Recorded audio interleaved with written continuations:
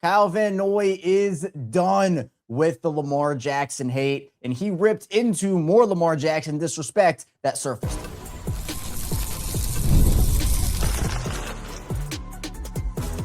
You are Locked On Ravens, your daily Baltimore Ravens podcast. Part of the Locked On Podcast Network, your team every day.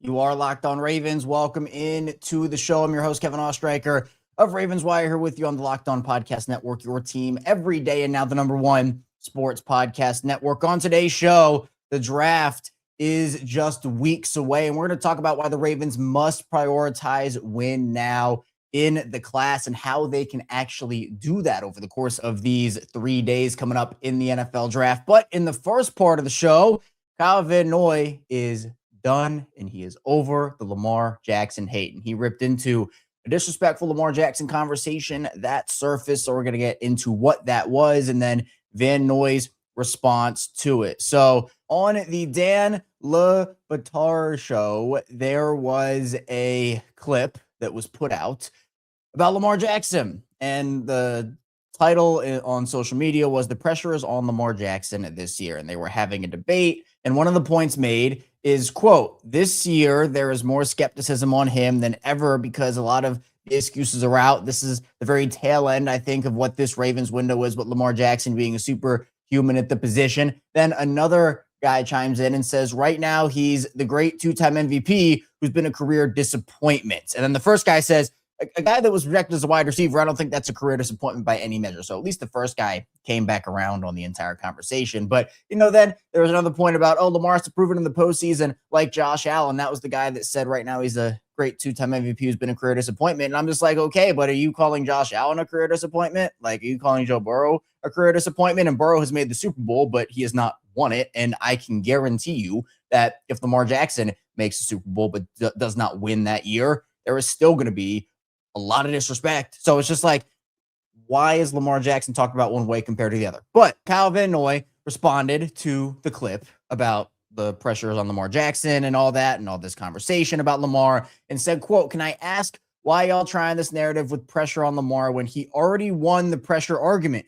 Y'all started off his career by saying, should he play wide receiver or running back? He said, watch this, and won an MVP not just once, but twice. Should have been 3, but that's for another day. If he never plays it down again, he's literally a Hall of Famer. He's the most influential football player, like Allen Iverson is the basketball, and he literally changed the way people take quarterbacks in the league. So GTFOH with pressure winning a Super Bowl, that's just cherry on top. People have no idea how hard it is to win the championship and talk about it like it's so easy. Would it be nice for him to win a Super Bowl? Duh. You could argue the same thing for Allen winning, and he's a Hall of Fame worthy as well. Lamar and his mom won the moment he won an MVP and proved he could play quarterback at a high level. If you don't think that's a fact, go back and look at all the garbage experts were saying during his draft process. He was picked 32nd by a team, by the way, that doesn't scream be our QB of the future.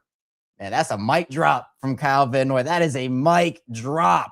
I mean, he's right on every single thing, right? Lamar wasn't this top pick in the draft. He was a first-round pick, but he wasn't Baker Mayfield that year. He wasn't Josh Allen. He was pick number 32, right? He was discredited the entire draft process. He was somebody that people were screaming, oh, he's a wide receiver. He can't play quarterback. He can't throw. He's a running back and all this stuff. And he's turned himself into a 2-time, should be 3-time MVP. And people are still talking about him, and especially like the career disappointment thing. Like, what are we doing here? Again, people want to grasp at straws to find something to talk about. Let's be honest here, right? This is the moment in between free agency and the draft. People are trying to find things to talk about nationally because there aren't a lot of things to talk about nationally, right? Like here on the local perspective for the Ravens, we can talk about the Ravens draft prospects. We can talk about what's going on with the workouts. There's a lot still to talk about here locally for Baltimore. But nationally, what's going to draw people's attention? It's Lamar Jackson. And how do you do that? Well, like Kadri Ismail said on our show on Wednesday, the more outlandish your take is, the more eyes you're going to have drawn to you. And I think this is exactly what that is. And Q said this, because we were talking about Eric Mangini and that whole, he didn't like Lamar Jackson showing up to OTAs, which is ridiculous in its own way. Lamar showed up, and the conversation around him still wasn't all positive, which is crazy to me. And again, it's just like Lamar draws attention, right? Nationally, that's what Lamar Jackson does. When there's not a lot to talk about, it feels like that's where people go with it. And it's disrespectful, right? It's disrespectful. Lamar Jackson is not absolved of all criticism. I've said that if you've listened to me on the show, I've said that over and over and over again. When he makes a bad throw, when he has a bad play, et cetera, when he does something, okay, that's not great. We talk about it. We say, okay, that's not great, or that wasn't a great play, or he played bad this game, or whatever it may be. Nobody's just completely free of any criticism because no one's perfect. But the way and the lengths that people go to try to discredit Lamar Jackson when there are facts in front of you of how good he has been, his efficiency numbers, passer rating. I mean, we could go on and on and on and on about this. I have a lot of respect for Kyle Van Noy for speaking up on it. And again, he's not the only Ravens teammate of Lamar player that has spoken up on it. But, you know, Kyle Van Noy, he's not going to hold back. He went to bat for Tyler Linderbaum earlier. We talked about that a couple weeks ago before he signed with the Raiders, or I guess last month. Wow, it's already been that long. But Kyle Van Noy, I genuinely have a lot of respect for him for going off on this because, again, calling Lamar Jackson a career disappointment. And again, I'm at least happy the first guy came back around on it and was like, hold on a second. Career disappointment, that's a little harsh. And that's what they ended up saying. But again, like, why are we throwing around this stuff where you wouldn't, like, again, how this all kind of was encapsulated to me is the guy who called Lamar a career disappointment was like, he has to prove it in the postseason. And then said, like, Josh Allen. And I'm like, well, okay, is Josh Allen a career disappointment then? Like, why is there a standard for Lamar Jackson? Not even just a standard conversation around Lamar Jackson that is not had about Josh Allen. You know, if you're going to talk about Lamar one way, you're going to have to talk about the guys who also haven't accomplished winning or getting to a Super Bowl and are in that elite tier that same way. I'm not like trying to single out Josh, but he's like the single closest comparison to Lamar in terms of that. And it is what it is, but it doesn't feel that way. And, you know, like, this is the off season where, again, nationally, there's not a lot to talk about. And that's really what I believe this is, but that doesn't make it any less disrespectful. It doesn't make it, you know, any less frustrating to see a guy that, you know, did what all the national media wanted him to do and show up to the workouts, ended up doing. He did it. And all of a sudden it's, oh, no, we're still going to talk negatively about you. This just goes to show this is a day in the life of Lamar Jackson. It's unwarranted disrespect, catching strays, whatever you want to say. But Kyle Van Noy was not having it. He laid out the facts. He took them. He took them to work and said, hey, you're going to respond to this. And I don't think they did respond to it. So shout out to Kyle Van Noy. Shout out to Kyle Van Noy, because Lamar has been scrutinized his entire career, even dating back to college and probably even further than that. Like, he's been a guy that has faced scrutiny and unfair criticism forever. And,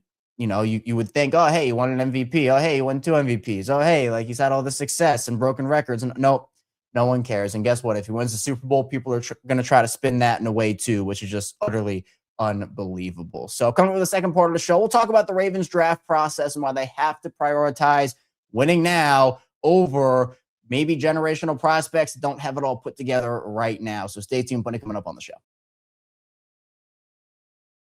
First, the show is brought to you by FanDuel. The NBA playoffs are here, where every possession matters, every matchup is magnified, and every game can swing a series. And right now, FanDuel is giving new customers a great way to get in on the action. Here's what I like about it. You can bet just $5 and get $250 in bonus bets if your first bet wins. The app makes it easy to follow the action with player stats, trends, and matchups all in one place. During the playoffs, that extra insight really matters when you're looking at stars, role players, and key moments. It just makes the entire playoff experience more engaging from start to finish. And over on FanDuel right now, you have a lot of matchups that mean something for the playoffs, and the Celtics and Knicks are facing off tonight, and you have the Celtics at 4.5-point underdogs against the Knicks, and I like that number for the Celtics over on FanDuel. Head to FanDuel.com to get started.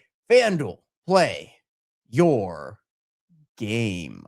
And the show is brought to you by TurboTax. It's tax time. For a lot of us, the old way of doing taxes is a lot. Trying to book an appointment that's not the most convenient, sitting in a waiting room with a stack of papers, emailing back and forth and wondering if they really get your situation. But this year, you're getting a major upgrade into it. TurboTax now has in-person locations nationwide. You can meet face-to-face with a real tax expert, and your documents get uploaded straight to your TurboTax app on the spot. And just like that, you're done. Your TurboTax expert works to get you every dollar you deserve, while you get real-time notifications as you go about your day. It's the relief of walking in and meeting a real person and walking out knowing your taxes are being handled right. Head to TurboTax.com/local to find a store near you and book your appointment.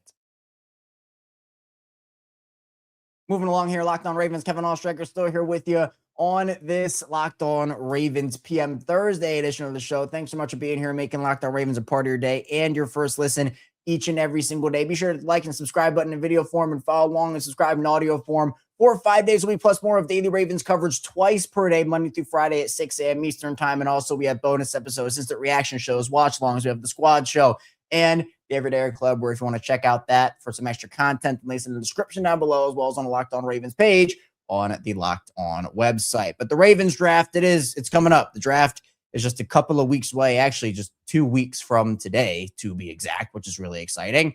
And as we've said a lot, the Ravens obviously prioritizing offensive line is going to be really big. Could they trade up?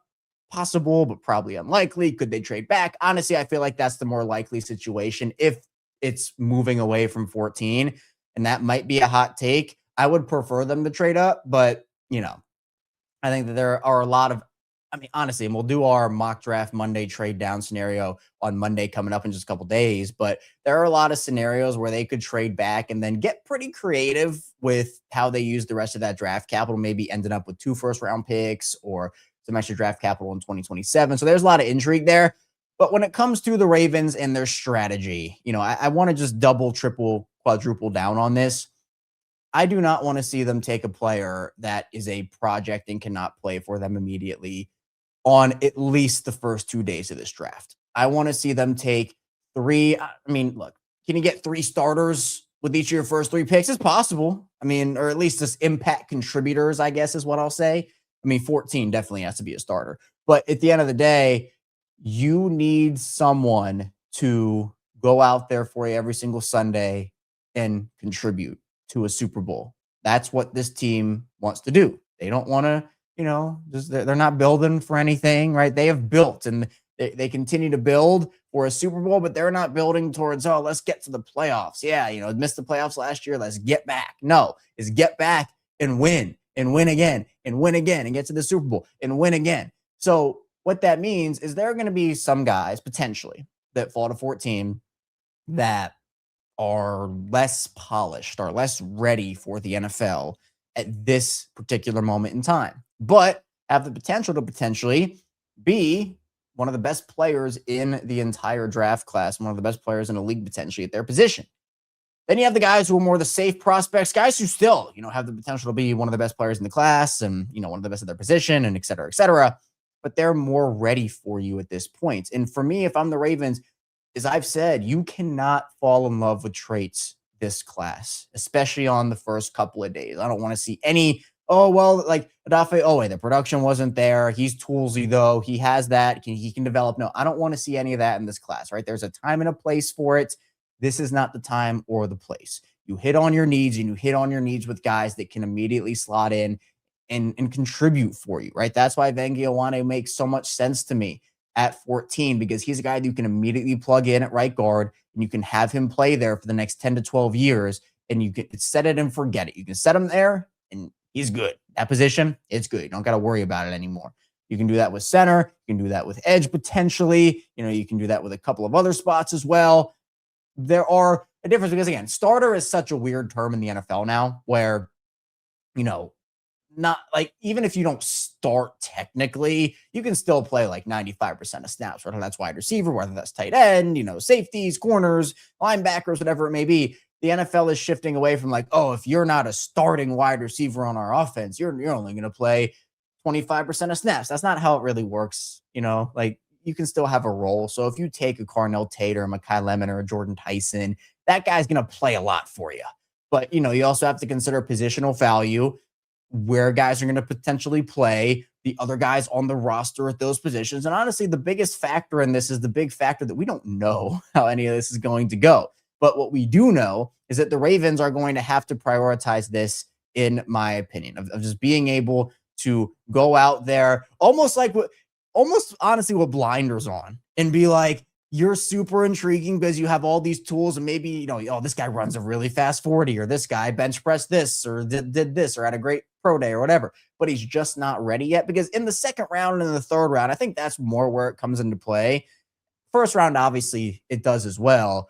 But if you take a guy that showed a lot of potential and had good testing measurements in the second or third round. I mean, you need guys because I think that Jesse Minter is going to increase the floor of a lot of these players, and you're also going to get a second-year bump for a lot of the Ravens rookie class. So I'm not saying, like, don't take anybody with no potential at all. Don't take, like, a super high floor but low ceiling guy and a guy that's not going to improve, because the job of Eric DeCosta is to prioritize both the present and the future. But again, different years, you kind of shift how much attention you're given to each one there. So to me, this is a time, especially early, where you're going to have to prioritize the present, right? In the later rounds, if you take some guys that are projects, I mean, you have 11 picks at this point, you're bound to do that. Okay, I get it.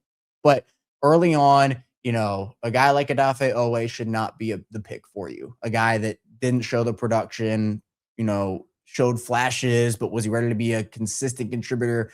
You know, he had moments for sure, you know, and kind of was up and down in Baltimore, obviously, but you want to take a guy that is ready. And I think for me, Vengi Ioane and a couple of these, it's not just Ioane, but a couple of these other guys at 14 make a lot of sense as NFL ready guys, can play him a ton of snaps, because you don't want a guy sitting on the sideline, not ready. And, you know, he makes a mistake. Because again, the Ravens on teams that are rebuilding, it's okay for rookies to make mistakes and kind of work through things, because that's just what it is. And if it costs them a game, then okay, so what? You're not really working for the playoffs anyway.